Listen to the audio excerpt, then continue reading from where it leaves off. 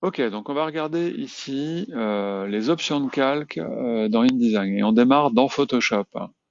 Si par exemple j'ai pour ma mise en page, j'ai un fond rouge où je vais devoir incruster euh,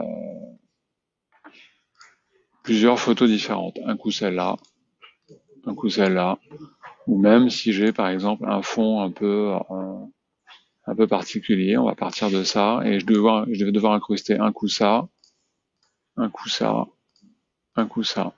J'ai préparé mon PSD avec tous mes calques, je l'enregistre, et dans ma mise en page InDesign, je vais pouvoir importer directement mon fichier PSD.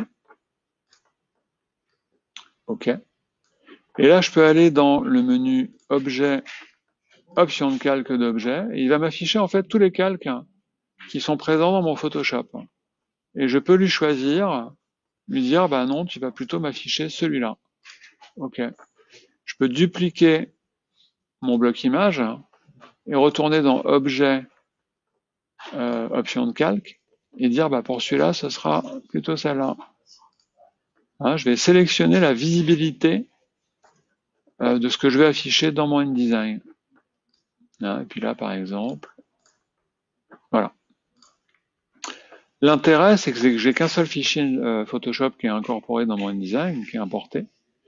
Et que si je vais changer euh, quelque chose, par exemple, là, je vais enlever le lettourage de cette femme. Celle-là, je veux pas que le fond apparaisse.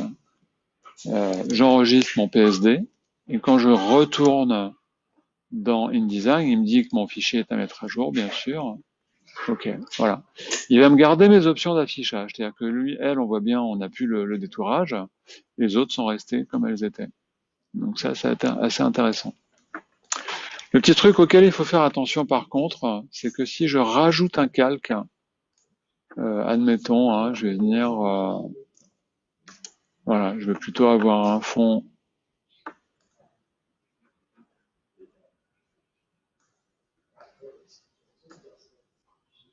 hop, je vais y arriver de cette couleur-là, pour cette femme-là. Donc j'ai rajouté un calque, j'enregistre. Comme ça lui fait un calque en plus, quand je vais aller mettre mon visuel à jour dans InDesign, a priori, voilà, il va me remettre le même affichage pour tout le monde. Et là, il va falloir que je retourne dans chaque image, dans les options de calque, et lui dire, bah non, là, c'est plutôt ça que je voudrais. Ici, ou ici, pardon, c'est plutôt celle-là. Donc c'est intéressant, mais ça nécessite que tous les calques dont j'ai besoin soient créés dès le départ. Et une fois que j'ai bien créé tous mes calques, là, je peux l'incorporer et aller dans mes options de calque.